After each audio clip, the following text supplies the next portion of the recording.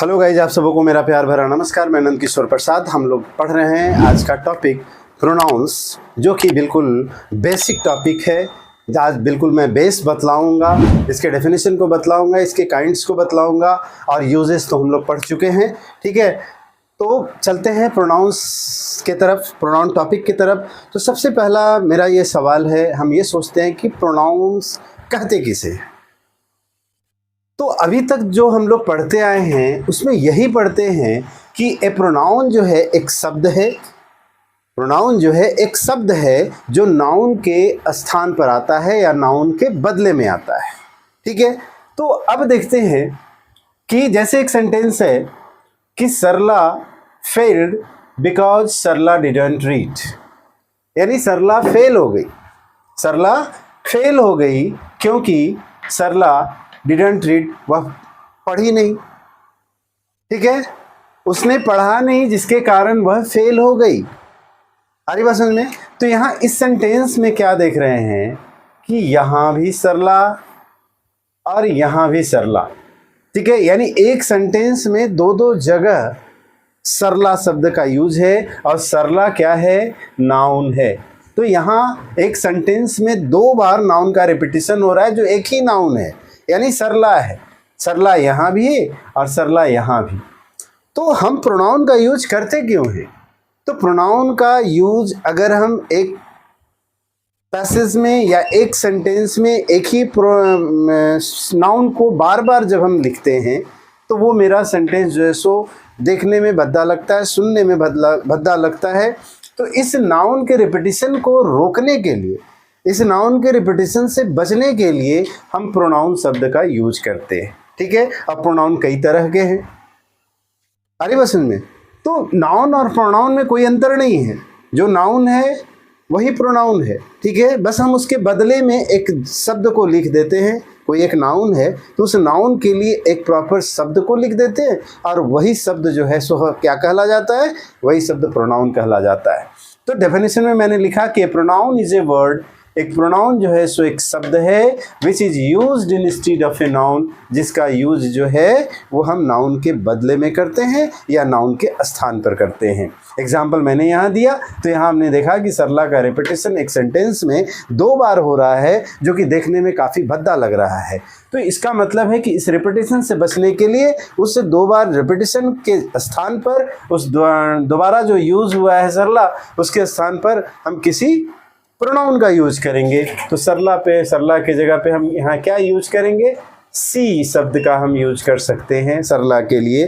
ठीक है, चूंकि ये फेमिनाइन जेंडर है और इसके लिए जो है सो हम सी यूज करते हैं। यहाँ कोई बॉयज नेम रहता तो हम यहाँ पे शी यूज करते। क्लियर है?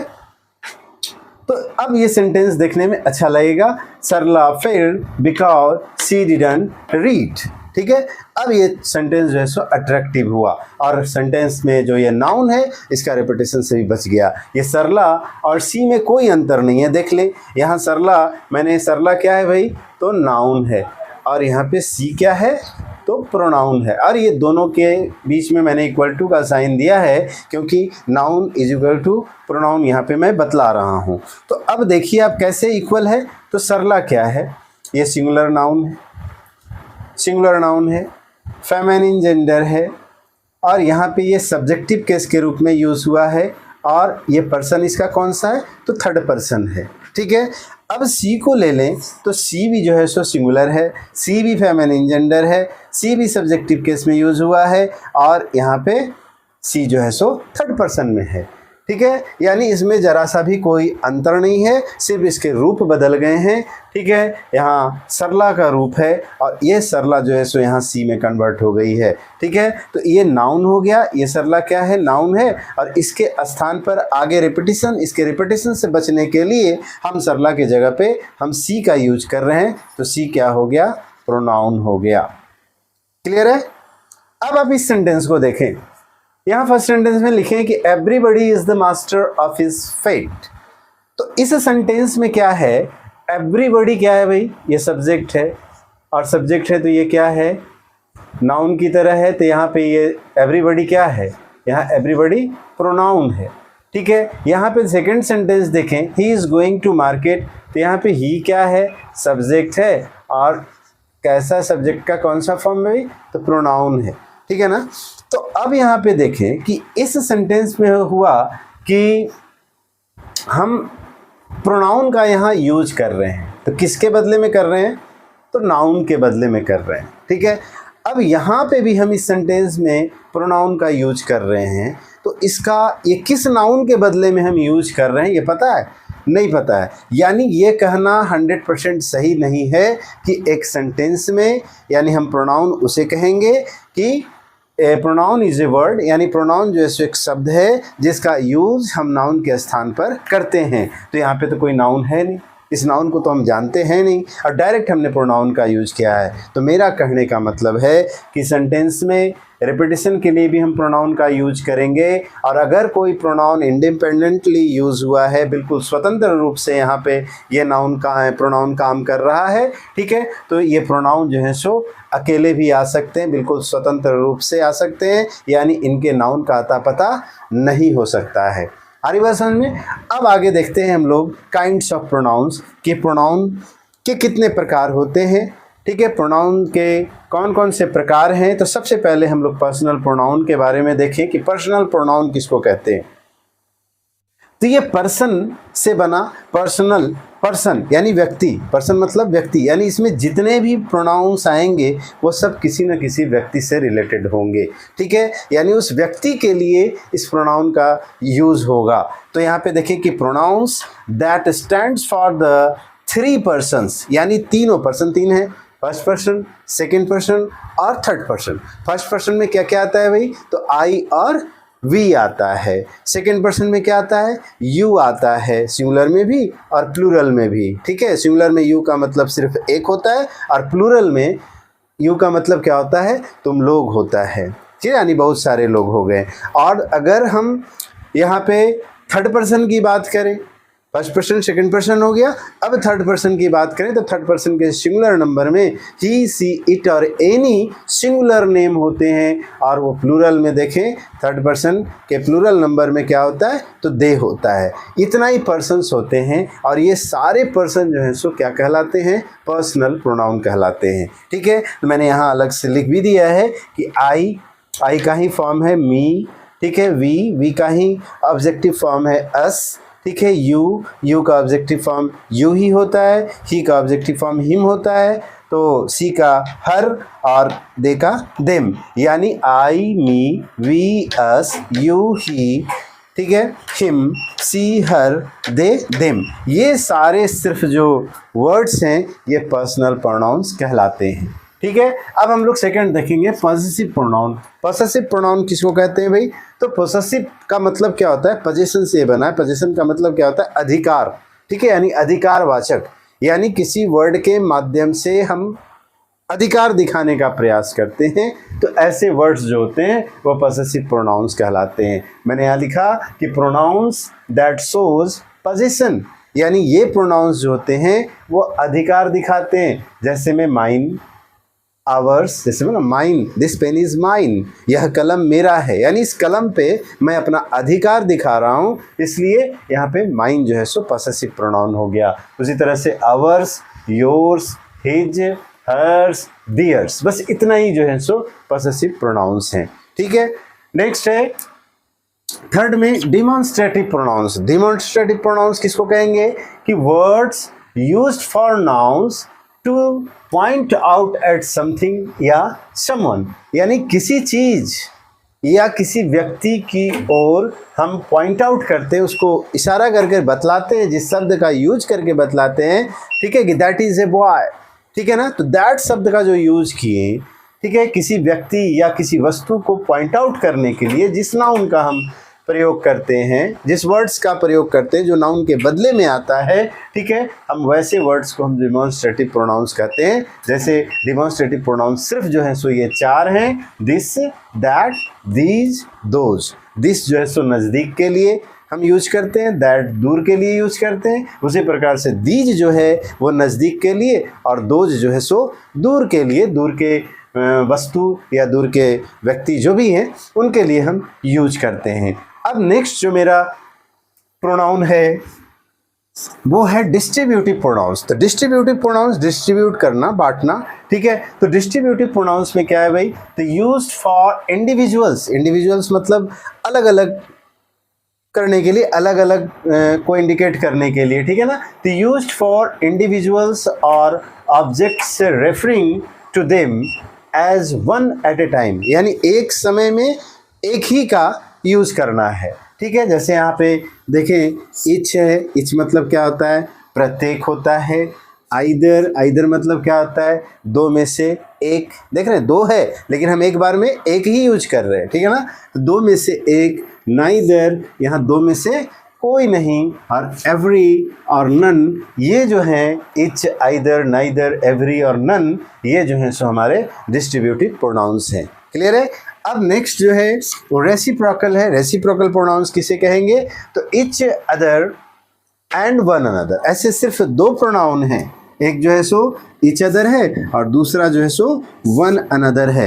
इच अदर का यूज जो है सो हम कितने के लिए करते हैं, दो के लिए करते हैं, और वन अनदर का यूज जो है सो हम दो से अधिक के लिए करते हैं, ठीक है ना। तो ये चीज़ को मैंने डिटेल में प्रोनाउंस में पिछले वीडियो में मैंने बतलाया है रेसिप्रोकल के बारे में, ठीक है। अगर आप नहीं देखें तो आप मेरा पिछले वीडियो को देखें जो कि वॉल्यूम नंबर 11 है, ठीक है, उसको आप ज़रूर देखें, इसको मैंने डिटेल में बतलाया है। अब नंबर 6 में क्या है, रिफ्लेक्सिव प्रोनाउंस। रिफ्लेक्सिव प्रोनाउंस क्या होता है भाई, तो जिस प्रोनाउन के अंत में सेल्फ या सेल्फ्स लगा रहता है वो हमारा रिफ्लेक्सिव प्रोनाउंस होता है। जैसे मैं देखें कि हर एक वर्ड में देखिए या तो सेल्फ लगा हुआ है, और सेल्फ का मतलब क्या होता है, स्वयं, माई सेल्फ, यानी मैं स्वयं, ठीक है ना। तो माई सेल्फ, इसमें भी सेल्फ लगा है, आवर सेल्फ्स, इसमें भी सेल्फ लगा। तो जितना भी वर्ड यहाँ लिखे हैं सबके अंत में अगर वो सिंगुलर है तो सेल्फ लगा है, प्लूरल है तो सेल्फ्स लगा है। चूँकि सेल्फ का प्लूरल क्या हो जाएगा, सेल्फ्स हो जाएगा। तो यहाँ myself, ourselves, yourself, yourselves, himself, herself, itself, themselves और एक वन सेल्फ है, ठीक है। यानी सेल्फ वाले जितने भी वर्ड होंगे वो जो होंगे सो क्या होंगे, वो रिफ्लेक्सिव प्रोनाउंस होंगे, ठीक है। हम लोग नेक्स्ट प्रोनाउन की तरफ चलते हैं जो कि देखते हैं एम्फैटिक और एम्फेसाइजिंग प्रोनाउंस। या तो हम इसे एम्फैटिक प्रोनाउंस कहते हैं या फिर एम्फेसाइजिंग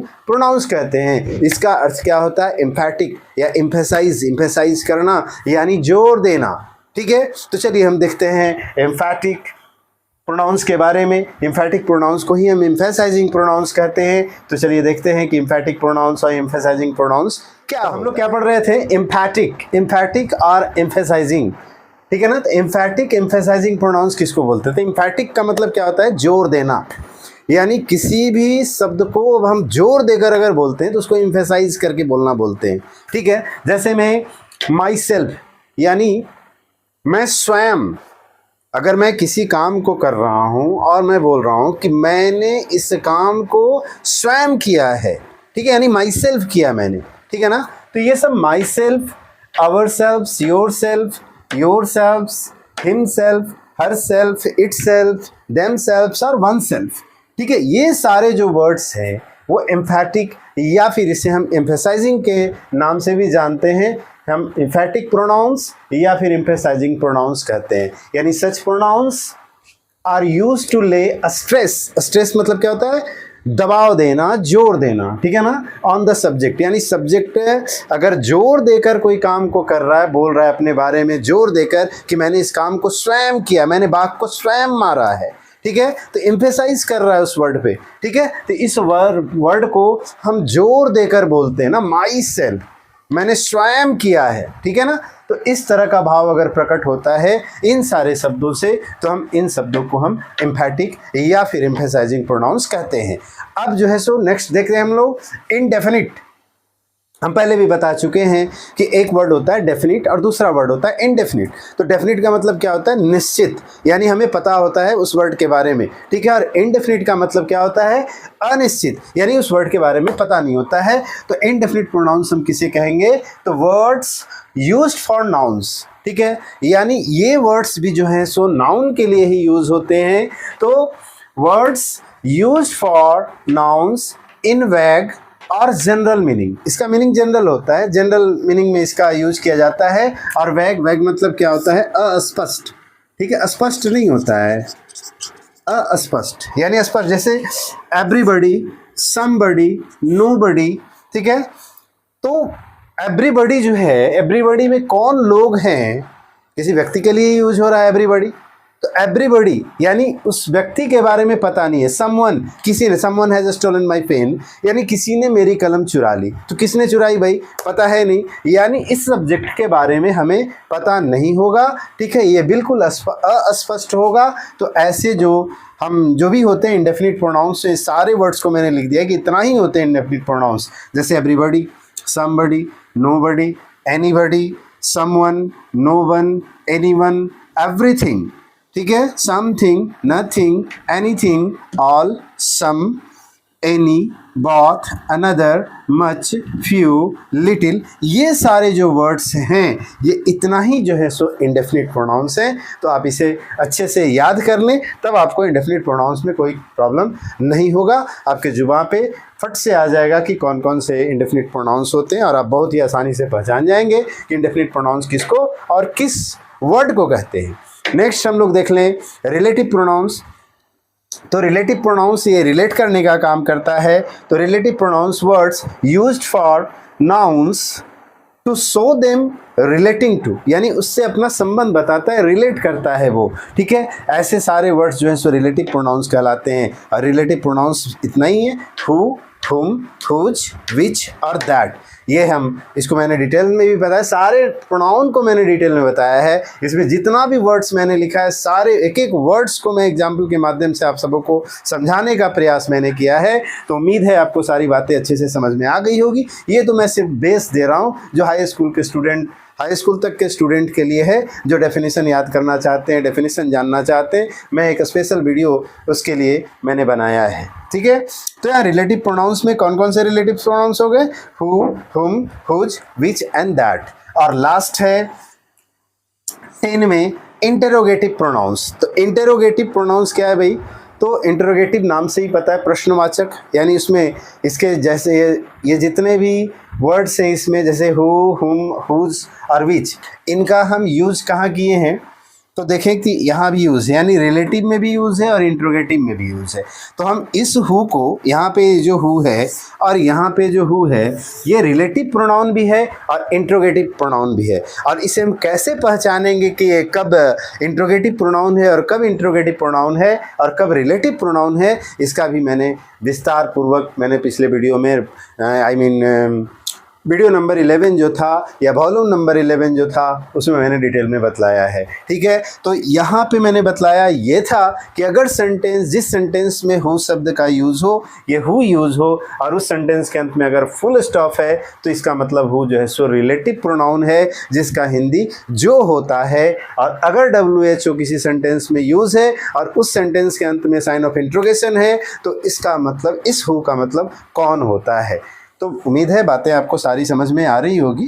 तो इंटरोगेटिव प्रोनाउंस में क्या है कि words used for nouns to ask questions, यानी क्वेश्चंस पूछने के लिए इन सारे शब्दों का हम यूज करते हैं। वो शब्द क्या है भाई, तो हु है, हुम है, हुज है, विच है, ये चार ऐसे जो है सो वर्ड्स हैं जो जिसको मैंने यहाँ लिखा है, ठीक है। ये सारे के सारे इंटरोगेटिव प्रोनाउंस है। तो उम्मीद है कि बातें आपको अच्छे से समझ में आ गई होगी। यहाँ जो मैंने एम्फेटिक और एम्फेसाइजिंग प्रोनाउंस मैंने बतलाया है, इसका मैंने 2 सेंटेंस भी यहाँ मैंने लिखा है कि स्ट्रेस देने वाली बात हो रही थी ना, मैं इस सेंटेंस को भी मैं समझा दे रहा हूँ। जैसे एक सेंटेंस मैंने लिखा कि यू यानी तुम, yourself are responsible for your problems, यानी तुम खुद अपनी समस्याओं के लिए जिम्मेवार हो, ठीक है। तो यहाँ पे मैं योर सेल्फ का यूज किया, ठीक है, और यहाँ जोर देकर मैंने बोला कि तुम खुद, ठीक है, यानी तुम स्वयं अपनी समस्याओं के लिए जिम्मेवार हो, रिस्पॉन्सिबल हो।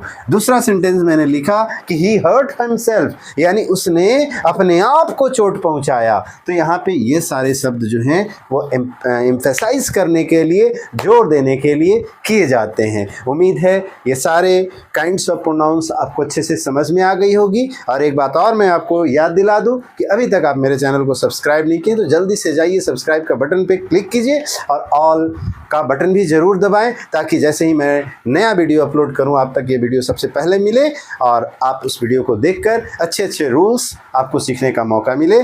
थैंक यू, धन्यवाद। मिलते हैं नेक्स्ट वीडियो में। Thank you.